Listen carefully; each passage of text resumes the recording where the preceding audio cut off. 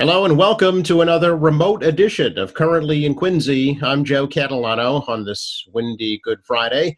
And on today's program, we chat with 8th District Congressman Stephen Lynch about the federal response to the coronavirus crisis. First, though, we'll check out the news for you this morning. There are currently 264 cases of coronavirus in Quincy. 76 people have recovered. 100 plus people are being monitored for signs of the virus, and there have been 10 deaths. Local restaurants are teaming up to help feed the homeless clients that are being housed at the temporary shelter at the South Shore YMCA here in Quincy. This week, renowned South Shore chef Paul Wahlberg brought his Wahlburgers food truck to the Y to provide hot meals for the clients and the workers there. And other restaurants have already signed up to deliver meals for the weeks ahead. Wahlberg's Alma Nove restaurant will also provide meals to elderly housing complexes. Montilio's, Tinker and Son, Lombardo's, Trident and Galley in Scituate, and the Chef's Table, some of the other restaurants participating in what's being called the COVID-19 Community Support Challenge. The Y is also trying to raise $10,000 to support the program and provide meals to clients of their food pantry and emergency child care center. Some vendors from the Quincy Farmers Market have agreed to come to Pageant Field early this year to help out during the coronavirus pandemic.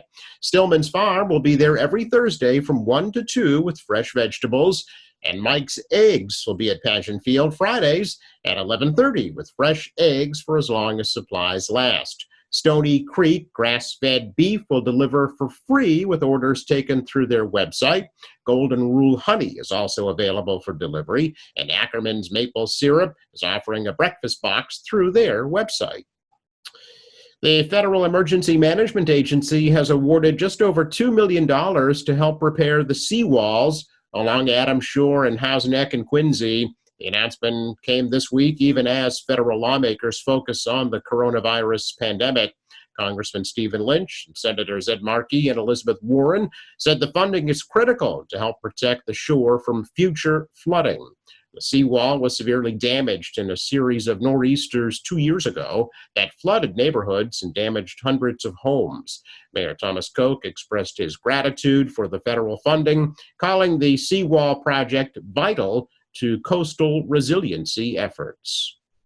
Quincy Ward 2 City Councilor Brad Kroll is looking ahead past the coronavirus crisis and focusing on the rehabilitation of the Four River Clubhouse on Nevada Road. Kroll says there are plans in the works to replace the roof of the building and create 2 handicapped accessible bathrooms. Kroll says there is a very defined budget in place for that project, and he's working with the city to stretch every dollar as much as possible. The Four River Clubhouse is over 100 years old. Earlier this week, first responders demonstrated a show of support for healthcare workers at South Shore Hospital in Weymouth. Police officers, firefighters, and ambulance workers from the region held up signs, blared sirens, waved and cheered for the hospital workers who are on the front lines of the coronavirus pandemic. This week, South Shore Hospital did report a surge in COVID-19 cases. And just yesterday, Quincy police officers, firefighters, and Brewster ambulance workers offered a show of support for the medical staff working at the emergency department at the former Quincy Medical Center on Whitwell Street, being run by Steward Healthcare. That center is slated to close at the end of this year. Just a reminder, Quincy Mayor Thomas Koch has announced that Cleaner, Greener Quincy and the Quincy Senior Olympics have both been postponed until further notice due to the coronavirus crisis. Both were scheduled to take place in early May.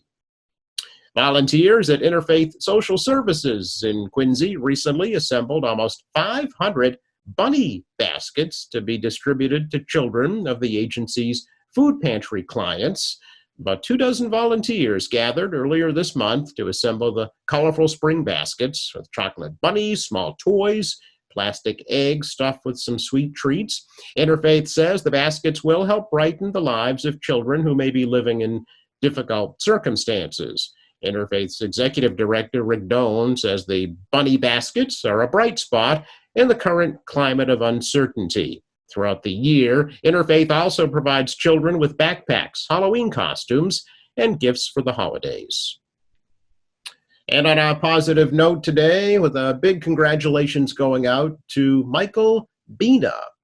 Bina is a Quincy High School class of 2014 graduate and a former wrestler. He was recently promoted to corporal in the United States Marine Corps. His former teammates, coaches, teachers all took to social media recently to show their support for his latest accomplishments. When we come back, 8th District Congressman Stephen Lynch talks about the federal response to the COVID-19 pandemic and its impacts here in Massachusetts. That is next. As we work to get through these times together, you may not be thinking about blood donation, but blood is needed to save the lives of people who are sick with a range of illnesses. It's easy and safe to give. If you are in good health, please donate. We need heroes now. Visit redcrossblood.org to schedule an appointment. There will be parties again soon, and family gatherings. There will be parades, and sporting events, and concerts. To help our communities when they come back together, respond to the 2020 census now. Spend a few minutes online today to impact the next 10 years of healthcare, infrastructure, and education. Go to 2020census.gov and respond today to make America's tomorrow brighter. It's time to shape our future. So pleased to welcome to the program 8th District Congressman Stephen Lynch remotely to chat about the coronavirus pandemic and how it's impacting the 8th District here in Massachusetts and how it might be impacting you personally as well. So Congressman, great to virtually see you. Thank you so much. Good to be with you virtually, Joe. My pleasure. As is the norm now for social distancing, of course. Can you talk a little bit about how your district right now is dealing with the pandemic? What are you hearing from your constituents? Well, we've got some real challenges, like everywhere. So I've been in direct contact with Mayor Koch down in Quincy. We met with his public health and his public safety team down in the basement of City Hall, properly distanced from one another, of course. And I think he's doing a great job down there in terms of he's really got a war room there, trying to deal with all of the challenges. I've also had an opportunity to visit with a lot of our health center personnel, Cynthia Sierra, who runs Manet, not only in Quincy, but also in Hull as well. So we've been working with her. They've been short of PPE, mostly the N95 masks. So luckily we were able to acquire about 20,000 masks from Procter & Gamble, Gillette, the parent company for Gillette.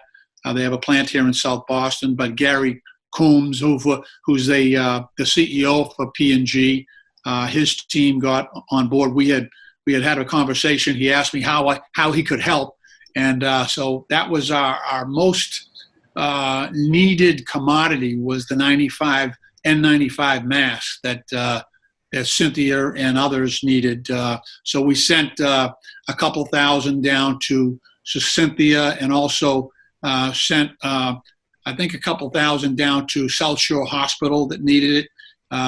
We're sending some down to Milton Hospital and other various health centers and hospitals in my district. So trying to spread out the mass as much as possible. And also we've been really busy. I didn't realize we had so many people from our district that travel so widely around the globe, but we've had families stuck in Morocco, big groups, student groups. We've had groups on the islands off of Honduras. So we've been able to slowly get some of those people back. We've been able to get charter planes authorized because many of these countries have shut down their airlines and have no longer allowed passenger planes to go in and out. So we've had to take extraordinary measures in some cases, but we're gradually getting everyone home, which is a good thing. We heard Governor Baker not too long ago express frustration with the federal government, quote unquote, outbidding states for this personal protective equipment. Are there steps being taken to mitigate that? Well, I wish I could say yes, but not necessarily. So we're still in this bidding war. I'm on a committee on national security, also on transportation. Do a fair amount of interaction with China. So we've reached out to some of our friends there. The Port of Boston has a long and strong relationship with China in terms of import-export. So we've relied on our relationships with the mayor of Shanghai and also with the ambassador to China from China in New York, who's Ambassador Huang, and he's been very, very good. He's also keenly involved in the port here in Boston. So the challenge is there are so many scams going on with counterfeit product, especially the N95 masks being sold online, that you really have to have somebody on the ground in China who can make sure that the manufacturer is certified by the by the Chinese government and by the FDA. Okay, and then you've got to have an exporter who's also got the necessary certification, so that you don't, pay your money and end up like Spain did with a large shipment of PPE that was unusable and ineffective. So we want to avoid that. But I've been working very closely with the Baker administration. They've got a good team on board. So between us, we've been using our contacts to try to get larger shipments flown in, and then some that you can obviously bring in larger quantities if you use ocean shipping. So we've gone that route as well. Although the timeline from Shanghai Harbor to Boston Harbor is about 35 days. So there's obviously some downside, but we do know 35 days out we're going to need some of this stuff. So we still have pursued those options as well. Yeah, a lot of people have expressed to me surprise that this country, the most powerful first world country, is so lacking in some of these basic needs. Was this surprising to you as well? Yeah, so the committee that I chair on national security is actually doing a hearing and an investigation on how we have exported our domestic manufacturing capacity in critical goods like the masks, like the ventilators. And so we want to do a whole stem to stern review of the products that we no longer make in sufficient quantities here. We also want to look at the stockpile and figure out what is the role of the federal government. I happen to think, look, especially in a case of a pandemic, it doesn't stop at a state border. So having the individual states dealing with this is not efficient. You really need the federal government to act as the quarterback and make sure they have a sufficient stockpile of all of this equipment and all of these supplies, so that as hotspots arrive, such as New York and Washington State, each state will have a minimum requirement on their own. You need state officials to be responsible as well, but they would have a basic allotment that they would have to produce and maintain in their own depots, their own reservoirs, and then the federal government can supplement that. But we have been lacking in terms of that coordination, and also we've been lacking in the distribution process, tracking and getting out the equipment to states and cities that actually need it. Yeah, I can't help but think a lot of folks are calling this the new 9/11 moment, and lessons learned back then in 2001 are still with us today. So, do you think lessons being learned right now will stay with us in the future? Oh yeah, I believe so. I think we all understand the impact of this, and we're not halfway through it yet. We've got some we had a coronavirus, the White House coronavirus team did a conference call with us yesterday. And it was the first time I heard Boston mentioned as one of the cities that they're worried about. They mentioned Chicago, Detroit, and Boston, as well as Washington, D.C. and Baltimore. But that's not a list you want to be on, right? And so, I think it has struck home with a lot of mayors and governors and legislatures that really understand now. They've got a wake-up call. So I think you'll see a very robust response to this. And we want to make sure the next time, if there is an echo of this next fall, we want to make sure we have the infrastructure in place and the production capacity in place to deal with this domestically, not having to rely on our foreign allies to provide that product. I did want to ask you about an issue I know is very near and dear to your heart, is how this is impacting the veterans community. You're aware of the situation at the Holyoke Soldiers Home here in Massachusetts. But really, the military members and veterans across the country are being adversely impacted. Yeah, we're very worried about that. So one of the first things I did, matter of fact, when I left Quincy City Hall, I went down to Brockton, to my VA facility in Brockton, met with Vincent Eng, who's our regional director for the VA, and also we Skyped in the other VA hospitals so that we could get input from West Roxbury as well. They aren't, I think, fully equipped either.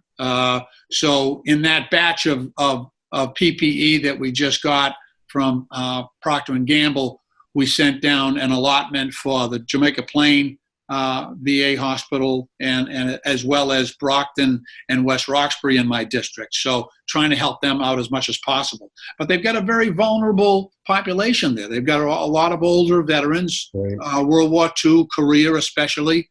And we want to make sure that we do the right thing by our veterans. We really do.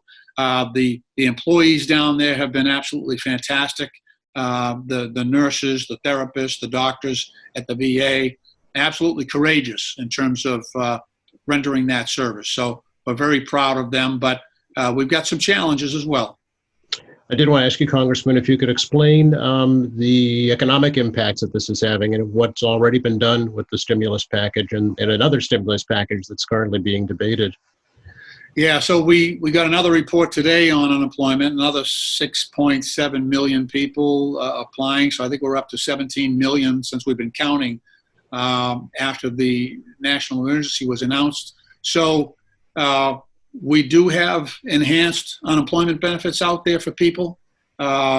We've extended, the federal government has extended the normal unemployment period by an additional 13 weeks. So there'll be 39 weeks in total. And for people who were going to receive unemployment benefits, there's a $600 payment on top of that will be made for the next few months, trying to get people through the worst of this. But if we continue to see these numbers each week of new applicants, I know companies are trying to do their best, but as you see the number of unemployed grow, we're going to have to think about an even stronger and longer response to that to get through this entirely. We know that it will take a while for people to get those checks out in some cases. We also have a one-time rebate check going out. Those should begin to go out on April 13th, Monday, April 13th. But for people who are on Social Security and might not have filed taxes in the last couple of years, it's very important that those people have contact with the IRS in some fashion. Either we're trying to coordinate with Social Security, get them together with the IRS. So anybody who's getting a Social Security check should be able to get one of these rebate checks. I would say that those checks on the 13th or thereabouts will go out first to the people who have direct deposit. That's the easiest for the IRS. So the rebate checks will go out. There are 60 million people who have their IRS income tax refund direct deposited into their account. So the IRS has that information. 60 million people will get checks that week of the 13th. The problem is that there are 150 million Americans who file taxes every year. So there are 90 million people, and there are people on Social Security that will have to get a paper check if they don't have automatic deposit. And the IRS right now can only process about 5 million checks, paper checks, per week. So it's going to take a while to get the rest of those checks out. So if you have the ability to get your direct deposit information to the IRS, it may make a big difference on how soon you get that check. Good advice, certainly. Of course, the Small Business Administration is going to be overwhelmed very quickly with the request for assistance. Are they prepared to deal with that, do you think? Yeah, so we originally put out $340 billion to the Small Business Association. Now, but this is not going smoothly. The reason is that the SBA, their normal book of business is about $24 billion a year. That's what they usually guarantee. That's the number of loans they usually guarantee. 24 billion. We've just authorized them to expand to 340 billion. And so they've got the same number of employees. They've only got 11 employees in New England.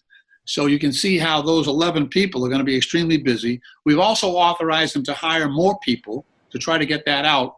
But a couple of things are happening. One, the PPP program, which is the Payroll Protection Program, allows small businesses, 500 employees and lower, 500 employees or less, to access that program. There are several different aspects to it. One is a disaster recovery loan. Another one is the payroll protection, whereas if you keep your employees on the payroll, you're eligible for this program. The problem is we have an awful lot of businesses in our area that are more than 500 employees. And like I said before, SBA is struggling. They're scrambling. They're working very hard to get that money out the door. Basically, they guarantee the loans, but the loans come from individual banks. So if you have South Shore Savings Bank, or you have Santander or Eastern Bank, and that's your regular banker, you go to them, and the SBA will provide a 100% guaranteed loan, but they are the issuer. So you have to work with your local bank. That's how that works. Okay. Today, we have a negotiations ongoing with the Senate. We're trying to expand that because we have a number of businesses in Quincy that have more than 2,500 employees. And so they've been left out. So we expanded that program overnight with the Fed and with the Treasury to make sure that those businesses are similarly included. And so the guidance hasn't come down. We received that information last night, but we'll have more information as we go forward. And the SBA and Treasury and the Fed will be announcing what the details are on that. But we imagine it will also be pushed out by the SBA. Do you think, Congressman, that this economy is going to bounce back at some point and recover to where it was before this pandemic hit? At some point, yes. However, it's tough to have the economy bounce back when you're telling people to stay home, right? Don't go to restaurants, don't go to the movies, don't go shopping. So it will really bounce back when we have a situation that allows all of that normal activity to return. And I only see that happening once we have the vaccine fully deployed, or there are a number of drugs that look promising, that they're anti-influenza drugs that are in study right now. There's one very promising one that's at the MGH, Mass General Hospital, Brigham and Women's, and UMass Medical that's being studied, that I've been working getting PPE for the people conducting those studies.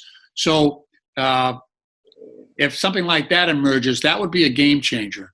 And I think once people felt in their hearts that it was safe to go out and they wouldn't be risking the health of their families, I think then you'll see the beginning of a return to normalcy, similar to we had before the coronavirus struck. But that may be months.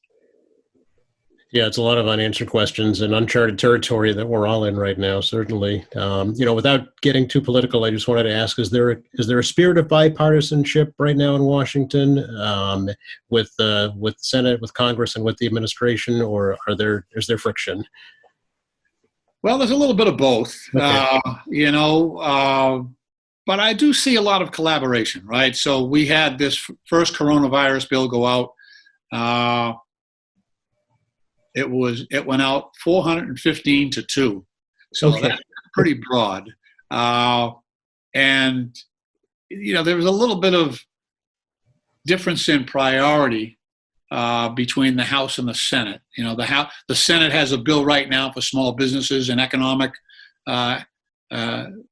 relief, and the House seems to be coming more at the health aspects of this, figuring that you can't stimulate the economy if you're telling people to stay home. So we want to address that health aspect of this. So they're both necessary, right? They're Right. both necessary. I agree with the economic stimulus, but I strongly believe in the healthcare aspects of this, that we've got to save lives, right? That's the number one thing. We've got to save lives, protect our families, and then we've got to get people back to work and allow them to have a good quality of life again. So they're both necessary. I don't think they're mutually inclusive at all. I don't even think you need to do them both in the same bill. I could agree on Senator McConnell's bill and have it go forward, as long as I know that he agrees that the healthcare aspects, the PPE, the vaccine, the hospital, the healthcare money for community health centers like Mannett down in Quincy, that money is going to be coming because they need it. They need it. And if we had just a gentleman's agreement, a gentlewoman's agreement on that, I could see us letting the financial stimulus go out first, and then the healthcare bill go out immediately following. One thing that, maybe not on top of people's minds right now, but will have an impact is we're in the middle of a federal census year. And I know folks are concerned about this causing some artificially low numbers when response to the census. Is that a concern also? Yeah, absolutely. So we've got two things going on right now. Matter of fact, earlier this morning, I had a one of those Zoom, like we're doing here, conferences with Megan Brennan, who is the Postmaster General for the United States Postal Service. And two of the things that we're worried about right now, the census, and that was a very astute question, and then the election. Because in November, we may still be struggling with this in a big way. So we're concerned that vote by mail has to be a major component of maintaining our democratic election in November. So we've got a plan to try to get some additional resources to the post office so that they can conduct a very robust census survey, and also make sure we have people in place that can help with the vote by mail program that's going to be necessary. So, so that's a huge issue. We currently have a $25 billion assistance program for the post office in the House bill. It was dropped from the Senate bill last time, but we're going to go back at it again. You have to remember, the United States Postal Service today, and we're talking about our letter carriers, our clerks, our supervisors, our mail handlers that do the packages. They deliver the mail, and we're talking medical supplies and medical equipment to every single home and business in America 6 days a week. God bless them. And so we talked about the need for gloves for them because they're handing off packages and picking up packages on a moment-to-moment basis, door-to-door. And so we want to make sure our employees are protected while they do that, and recognize that they're going to need resources to stay safe to keep this economy going. So they are very much foremost in our minds right now. Sure. I did want to ask you a little bit about the situation on board the USS Theodore Roosevelt, and I know that you are looking into the situation there with the captain sounding the alarm about the virus outbreak on board. Yeah. So there's two aspects of this. One, I'm looking at the readiness issue for the United States Navy and the Department of Defense. We've got people scattered all over the globe. Interestingly, when the USS Theodore Roosevelt deployed from Naval Base San Diego, they did not have any coronavirus tests on board. And there was concern out there at that time. But nevertheless, they left port without any tests. They set into Guam. They did a couple of visits. When I originally had spoken to or written to Secretary Esper on March 26th about doing a survey of our naval assets and where we were with equipment, that was the moment. On that day, Captain Crozier said he had 8 positive cases on board the carrier, USS Theodore Roosevelt. 1 week later, he had 173 cases on board. So I don't think we were fully prepared. I don't think there was a protocol in place for Captain Crozier to follow. And so he was looking for some direction there and was not getting it. So he made a decision. He made an executive decision to protect his people. He had been slowly offloading when he had 1, 2, 3, 5, 8 sailors. He was offloading them to Guam to the Naval Hospital right there on the pier. But when you get 173, you've got a much different situation. So we've been asking for all the information we can get. Oddly enough, I've never been in the military, but in this job that I have, I'm the chair of the National Security Subcommittee. So I spend a lot of time with our troops. I've actually I've tail hooked onto 3 different carriers, wow. The Abraham Lincoln, the Truman, the Enterprise, when they were each in rotation in the Strait of Hormuz, about 60 miles off the coast of Iran. And I've spent plenty of overnights on those carriers. And the folks in the Navy call their beds racks for a reason. They're literally stacked on each other. It's unbelievable. The limited amount of space, probably 2 feet deep, where they just slide in. And then there's another person on top of that, and another person on top of that. It is really close quarters. And so social distancing is not an option on these carriers, on any of these ships. I've been on plenty of carriers, destroyers, so it's not possible. In the gangways, in the dining facilities, they're right on top of each other. So we really need a special protocol for pandemics and pandemic threats aboard naval vessels, and I'm not sure we've really thought it out like we should have up to this point. I don't believe that what Captain Crozier did rose to the level of being removed and being publicly chastised in front of his men and women, the people that he was commanding and charged to protect. I think that was uncalled for. But what I would like to do is, rather than have another political intervention by myself, by my committee, or by President Trump, I would like the Navy to get its information together, share it with us, let us know the information you had, the decisions that were made, and I think there were other options than relieving him of duty and embarrassing him under the Captain Crozier under those circumstances. So that's where I am. I'm looking for information. I don't want to prejudge the entire situation. I know there's been a lot in the press, but oftentimes I find when you get the official report, there is some variance between what has been reported in the press and what is factual. Sure. Finally, Congressman, any just final remarks for folks in your district and what you'd like them to keep to heart during this time? You know, just to remind people, we will get through this, right? We just got to hang together. You need to social distance. You need to, if Mayor Koch tells you, you know, if you're a business and you should close down, you need to close down. This is to protect the most vulnerable of us, among us, right?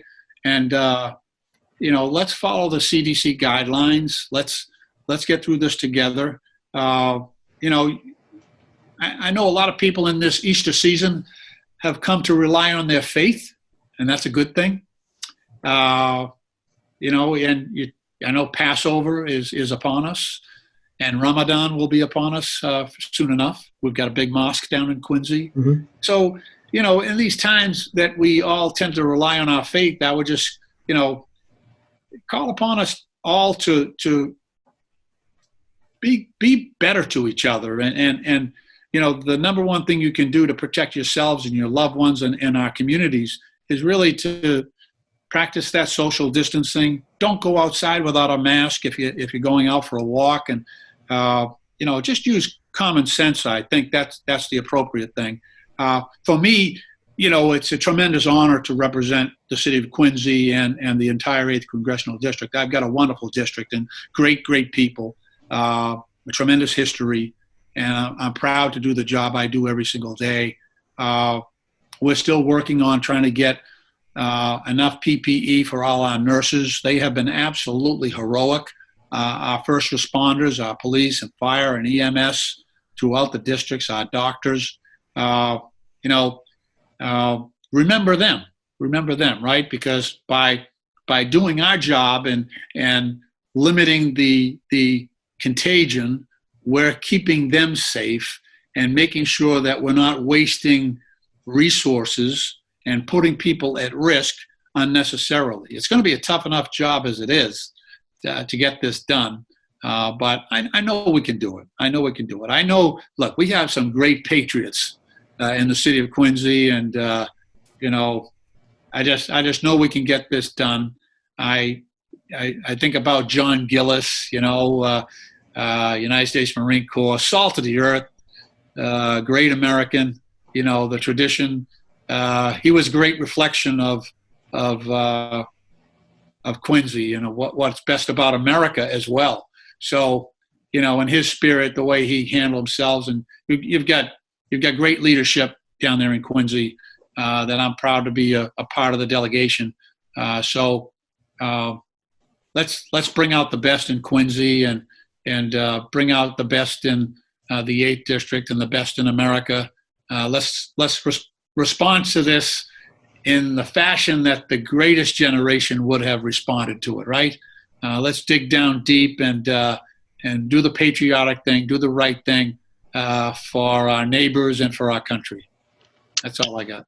That's well said. Well, I can't say any more. I really appreciate your time. I want to wish you, your family, and your staff a very happy, healthy Easter season, and hopefully we can meet in person again soon.